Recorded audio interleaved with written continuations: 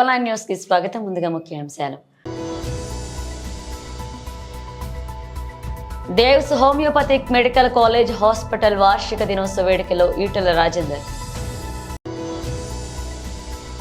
మన్మోహన్ సింగ్ కు భారతరత్న ఇవ్వాలి, అసెంబ్లీలో రేవంత్ సర్కార్ తీర్మానం.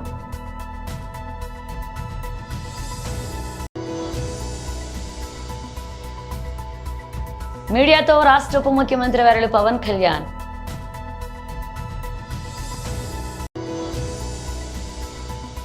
తెలంగాణ భవన్లో బీఆర్ఎస్ నేతల press meet.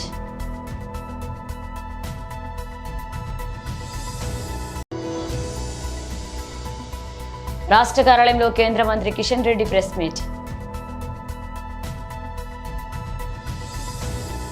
దేవ్స్ homoeopathic medical college and hospital వార్షిక దినోత్సవ వేడుకల్లో పాల్గొన్నారు ఈటెల రాజేందర్.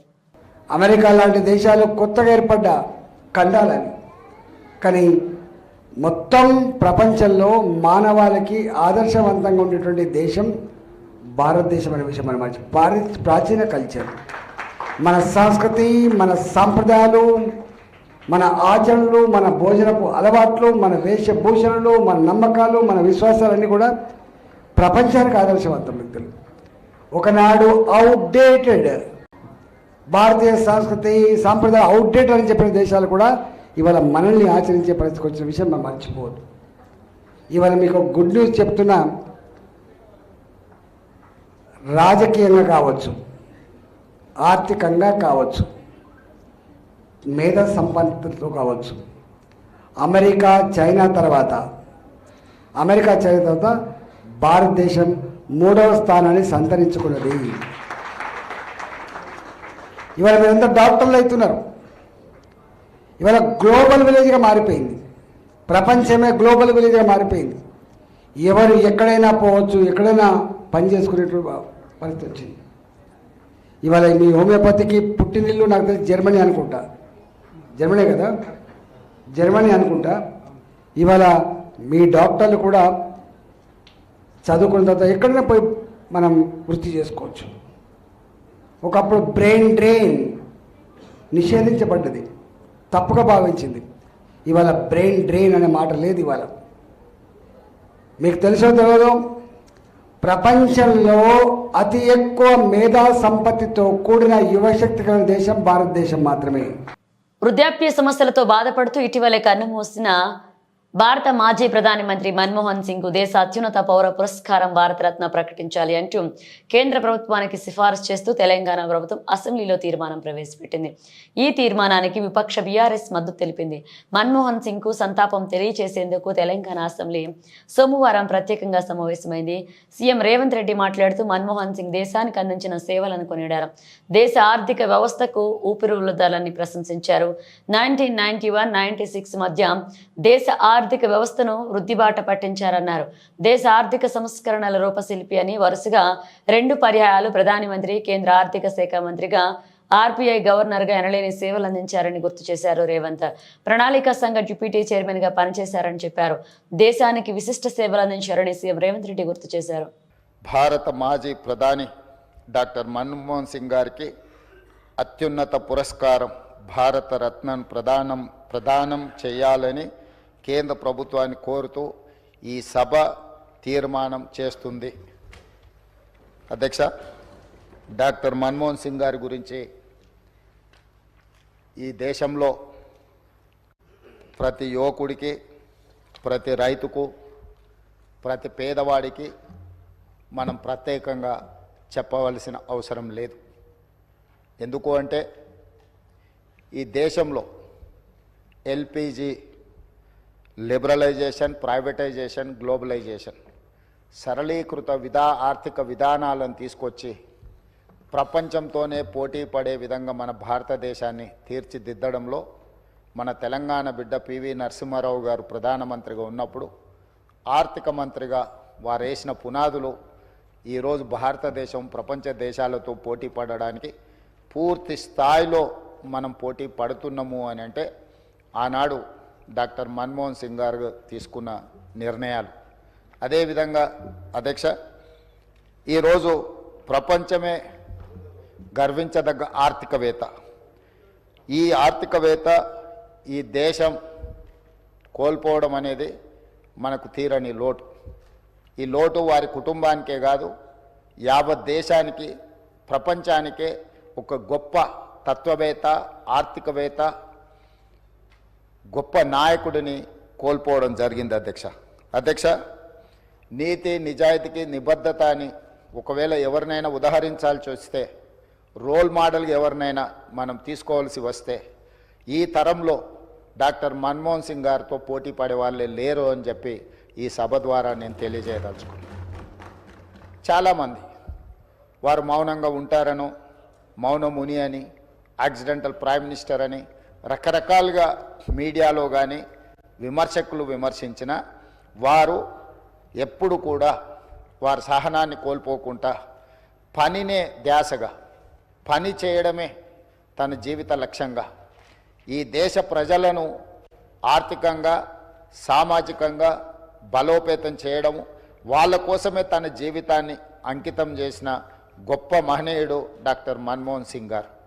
విమర్శలను సైతం వారు విమర్శించలేని పరిస్థితులు కల్పించి వారు ఒక గొప్ప నాయకుడిగా వారు రాణించారు.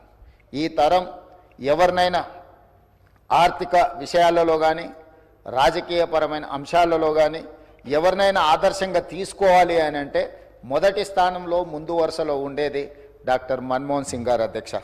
అదేవిధంగా వారి నిరాడంబరత, అంటే ఒక దేశ ప్రధానమంత్రిగా 10 సంవత్సరాలు పనిచేసిన వ్యక్తి ఎంత నిరాడంబరంగా, ఎందుకంటే పార్లమెంట్లో వారితో పాటు వారు రాజ్యసభలో ఉన్నప్పుడు, లోక్సభలో మేము ఉన్నాం, ఒక ధర్నా కార్యక్రమంలో నేను, పెద్దలు ఉత్తమ్ కుమార్ రెడ్డి గారు, కోమటిరెడ్డి వెంకటరెడ్డి గారు వారితో పాటు ధర్నా కార్యక్రమంలో కూర్చున్నాడు. వారు వచ్చి మా మధ్యలో మాతో పాటు కూర్చొని ఈ ప్రజాస్వామ్యాన్ని పరిరక్షించాలి. మీడియాతో రాష్ట్ర ఉప ముఖ్యమంత్రి వర్యులు పవన్ కళ్యాణ్. అల్లు అర్జున్ ఇష్యూని ఒక That's okay. ఎలా చూస్తారు? అంటే అపార్ట్ ఫ్రమ్ పాలిటిక్స్ ఫిల్మ్ పెట్టడానికి సంబంధించిన I would have been, మీరు ఇంకా సార్ ఈ రిలేటెడ్ ఖచ్చితంగా, ఎందుకంటే ఇప్పుడు మిర్జా సినిమా కలిసిన తర్వాత ఈ ఇష్యూ డెఫినెట్గా డిస్కషన్ కూర్చోవాలి. that's right. I don't want to stop anything. ఈరోజు అరెస్ట్ చేయడం, జైల్లో పంపించడం, ఇవన్నీ ఎట్లా చూస్తున్నారు? మీరు దీనికి అయితే ఒక సజెషన్ ఏమన్నా చూస్తారు? గోటితో పోయిన గొడవలు చేయడం, very simple. Telangana CM Revanth Reddy గారు,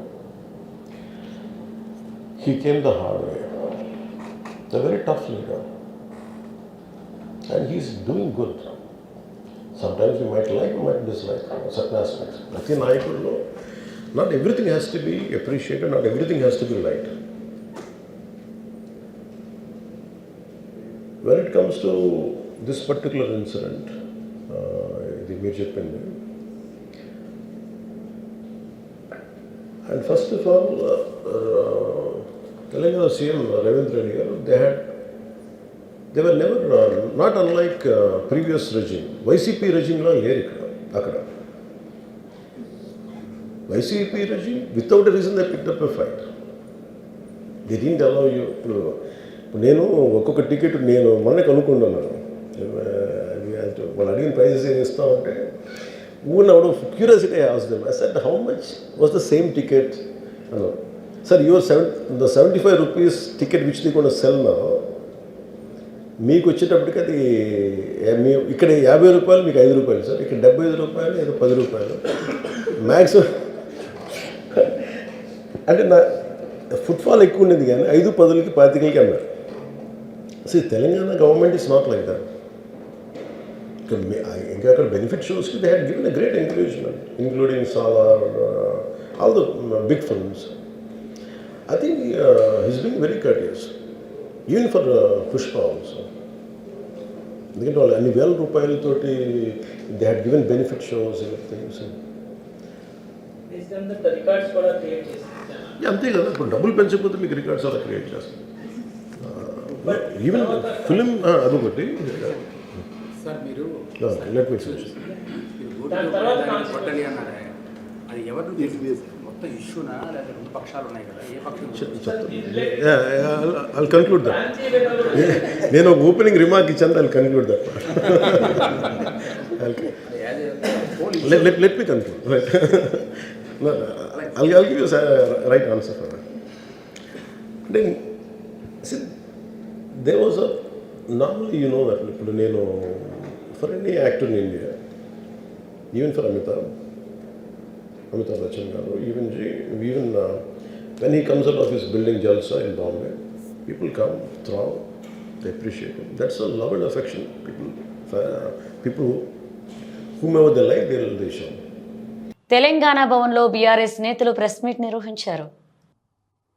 ప్రత్యేకంగా రాష్ట్రంలో ఈ సంవత్సరం అంటే కాంగ్రెస్ పార్టీ అధికారంలోకి వచ్చినప్పటి నుండి డిసెంబర్ 9వ తారీఖు నుండి నిన్నటి వరకు శాంతి భద్రతల పరిస్థితి మీద జరుగుతున్న ఈ ప్రత్యేకమైన మీడియా సమావేశానికి వచ్చిన ప్రింట్ మరియు ఎలక్ట్రానిక్ మీడియా మిత్రులందరికీ కూడా మరొకసారి స్వాగతం, సుస్వాగతం, నమస్కారం. మిత్రులారా, మీ అందరికి కూడా తెలుసు, గత 10 సంవత్సరాలుగా తెలంగాణ వచ్చినప్పటి నుండి 2023 చివరి దాకా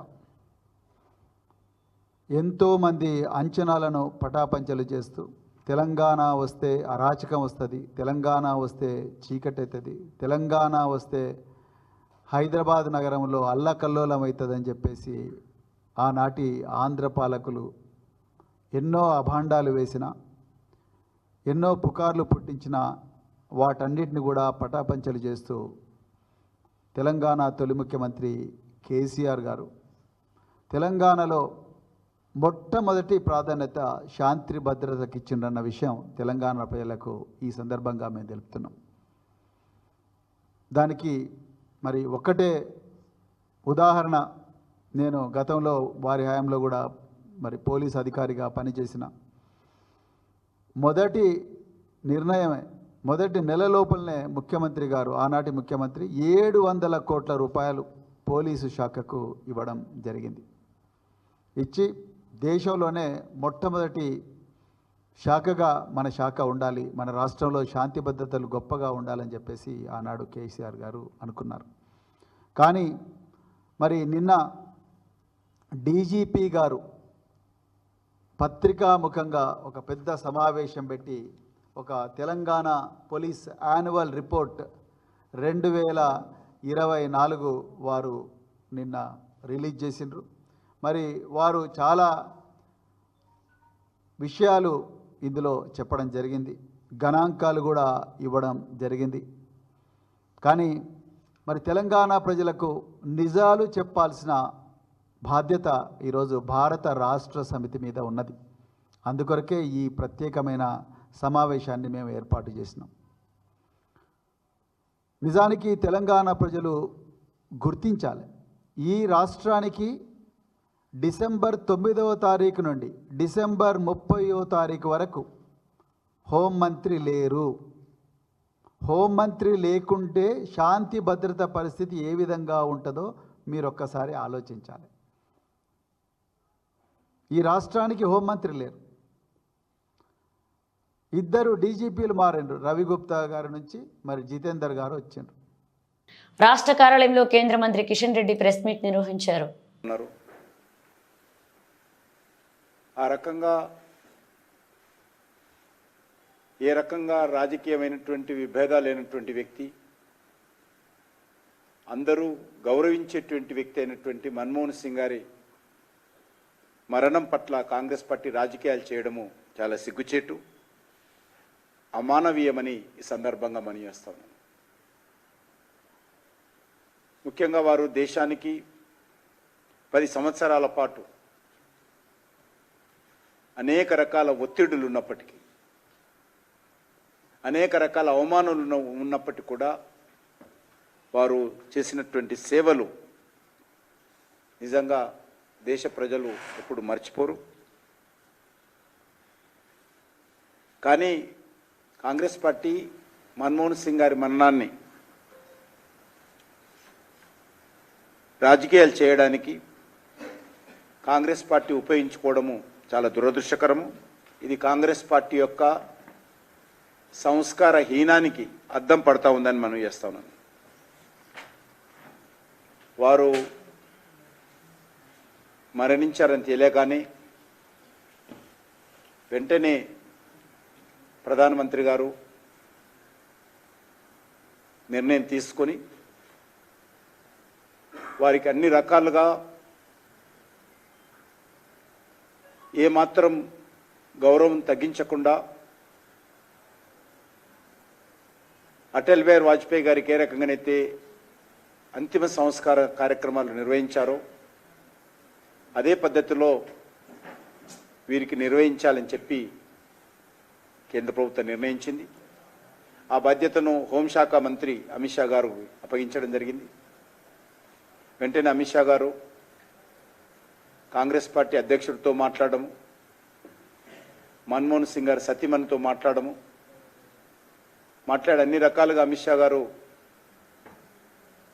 ఈ యొక్క అంత్యక్రియలకు అన్ని ఏర్పాట్లు చేయడం జరిగింది. అంతేకాకుండా వాజ్పేయి గారికి ఏ రకంగానైతే మరి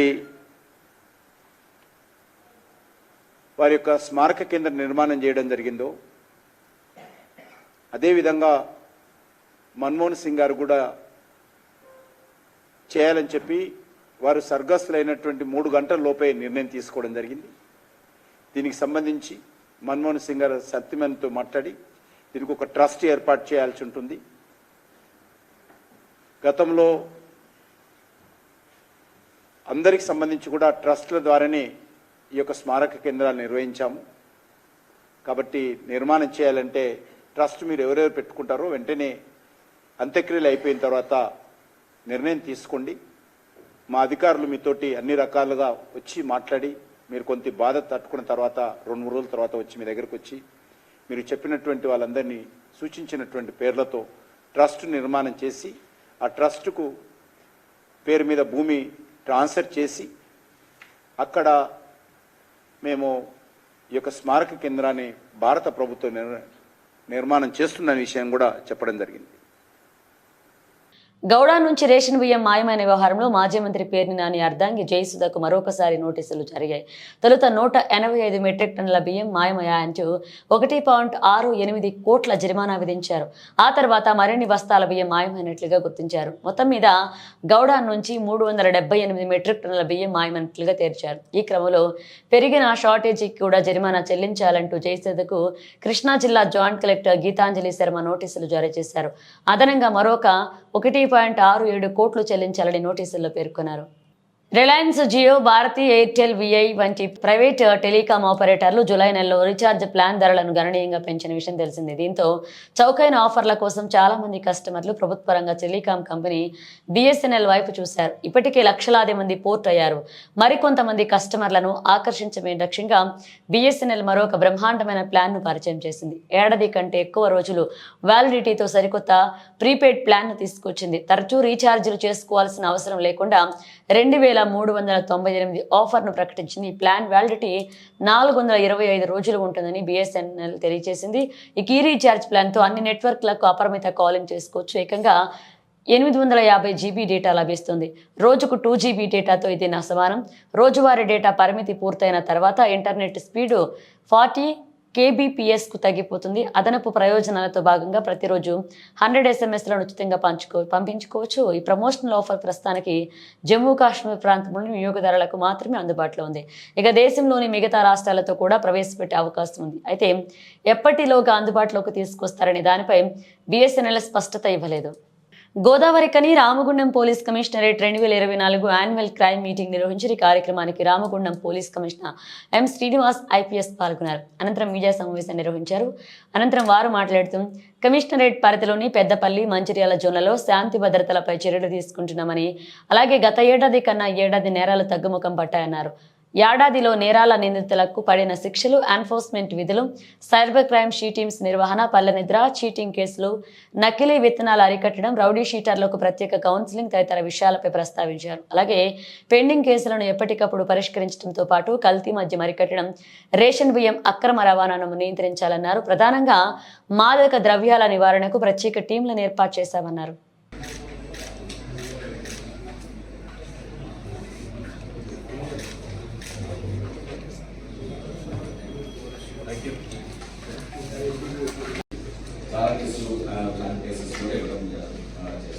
అలాగే ఎంబీబీఎస్, తర్వాత స్పెషల్ అండ్ లోకల్ లాస్, తర్వాత ఎన్ఫోర్స్మెంట్, అన్నింటిలో క్రైమ్ చాలా డ్రాస్టికల్గా తగ్గడం జరిగింది.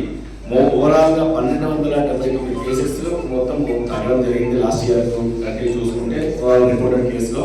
దీంట్లో భాగంగా మేము ఇచ్చే స్ట్రాటజీ నైట్ పెట్రోలింగ్స్ పకడ్బందీగా చేయడము, నైట్ రౌండ్స్ ఆఫీసర్స్ పకడ్బందీగా అన్ని పెట్రోలింగ్ ప్లేసెస్లో తర్వాత జరుగుతుందా లేదా చూడడము, బ్లూ కోడ్స్, పెట్రోల్ కార్స్, తర్వాత కొత్తగా లేటెస్ట్ ఏంటంటే డ్రోన్ పెట్రోలింగ్ ఏర్పాటు చేశాము. డ్రోన్స్ ద్వారా పెట్రోలింగ్ చేయడము డే అండ్ నైట్, మోస్ట్లీ ఇప్పుడు ప్రస్తుతానికి డే చేస్తున్నాము. రానున్న పోలీస్ కమిషనర్లో న్యూ ఇయర్ సందర్భంగా డిసెంబర్ 31 వేడుకల సందర్భంగా రాత్రి 10 గంటల నుంచి 12 గంటల టీమ్స్ రోడ్డు మీద ఉంటాయి. మీరు జాగ్రత్తగా ఎవరైనా ఉంటే ఆల్రెడీ డ్రంక్ ఉంటే మాత్రం ఎవరైనా నాన్ డ్రంక్ పర్సన్ని డ్రైవింగ్ చేసుకుని మీరు విలన్ డ్రైవర్గా వెళ్ళవచ్చు, లేకపోతే క్యాబ్ చేసుకోవాలి. అలాగే she teams, CCA teams, task force team, all launder officers, తర్వాత స్పెషల్ పార్టీస్, డివార్టీస్ అన్నీ రోడ్డు మీద ఉంటాయి. ఎవరు ఎలాంటివి అల్లర్లు కానీ, తర్వాత గొడవలు కానీ, తర్వాత వేళ్ళను తీసేయడం కానీ, తర్వాత అరవడాలు, తర్వాత ఈ బైక్ రేసింగ్లు అట్లాంటివి అసలు చేయకూడదు. మీరు ప్రశాంతంగా ఒకరితో ఒకరు ట్రీట్ చేసుకోవచ్చు. తర్వాత అందరికీ ఈ రీడింగ్స్ పంపుకోవచ్చు. కానీ రోడ్డు మీద గుంపులుగా ఉండి అల్లర్లుగా చేయడం మాత్రం చేయకూడదు. బార్ షాప్స్ కానీ, వైన్ షాప్స్ కానీ రద్దీగా క్లోజ్ చేయాలి. తర్వాత ఈ ఆర్కెస్ట్రాలు, డీజేలు అలౌడ్ లేదు. అలాగే ఈ యొక్క బాణసంచా కానీ, ఈ ఫైర్ ట్రాక్స్ కానీ చేయకూడదు. తర్వాత rash driving, triple riding, wrong driving, wrong side driving అట్లాంటివి చేయకూడదు. తర్వాత ముమ్మరంగా తనిఖీలు, తర్వాత సీసీ కెమెరాస్, డ్రోన్ సర్వేలెన్స్ ఉంటుంది కాబట్టి జాగ్రత్తగా ఉండాలని కోరుకుంటున్నాను. అండ్ అందరికీ advance happy new year to all public of Ramagundam and everyone. Thank you. Bulletin ముగించే ముందు హెడ్లైన్స్ మరోసారి. దేవ్స్ హోమియోపతిక్ మెడికల్ కాలేజ్ హాస్పిటల్ వార్షిక దినోత్సవ వేడుకలో ఈటెల రాజేందర్. మన్మోహన్ సింగ్ కు భారతరత్న ఇవ్వాలి, అసెంబ్లీలో రేవంత్ సర్కార్ తీర్మానం.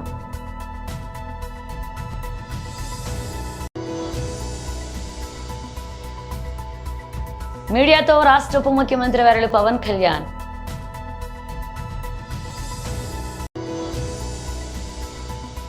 తెలంగాణ భవన్లో బీఆర్ఎస్ నేతల ప్రెస్ మీట్.